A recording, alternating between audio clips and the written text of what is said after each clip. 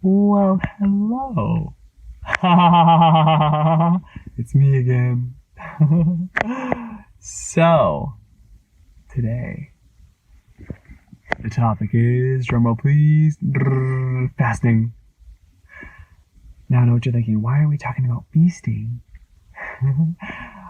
But actually, fasting is feasting, spiritually, that is, because when you renounce the body, even a little bit, deny yourself physically, your soul has room to flourish. And let me just preface all this by saying, guys, I can guarantee, I can promise you that the joy, the peace, the grace that you will experience from fasting will so far outweigh the deliciousness of one good meal or delicious snack. And I can tell you from personal experience that, yes, it is sometimes very difficult to fast, but I think there's a lot of misconceptions. One of which is that in order to fast, you have to somehow go hungry, or be, terribly hungry and starving, and it's not the case at all, actually. Fasting is more about, just as they do in Medjugorje, 2 days a week on Wednesdays and Fridays, or sometimes just 1 day a week, just going on bread and water. Just denying yourself, okay, I have the taste of food. To say, yeah, body, I'm in charge. The soul is leading me. And that honestly leaves you so much room for communicating and communing better with God and clearer with Him and praying more fervently. And I've heard it said that it's hard to pray on a full stomach.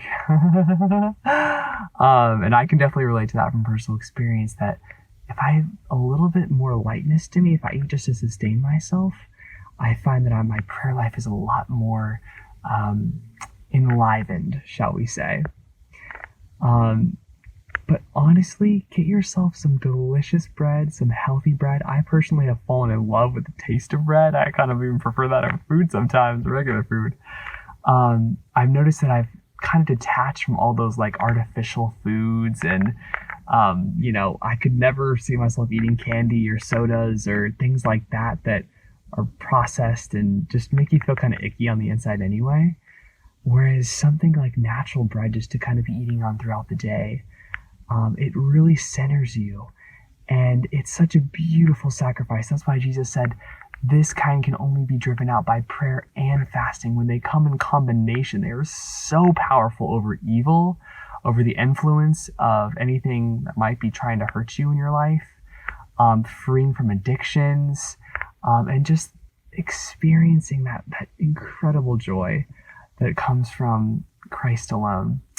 And in the Eucharist, that's where He is the bread of life. Ultimately, it's not about just depriving ourselves, it's about filling ourselves with Him in the Holy Eucharist and one another. And so thank you guys so much for watching this video, and I encourage you, try to make a little sacrifice, to offer up a meal, even go on a whole day of bread and water, and just begin that journey of prayer and fasting, and your life will be changed forever.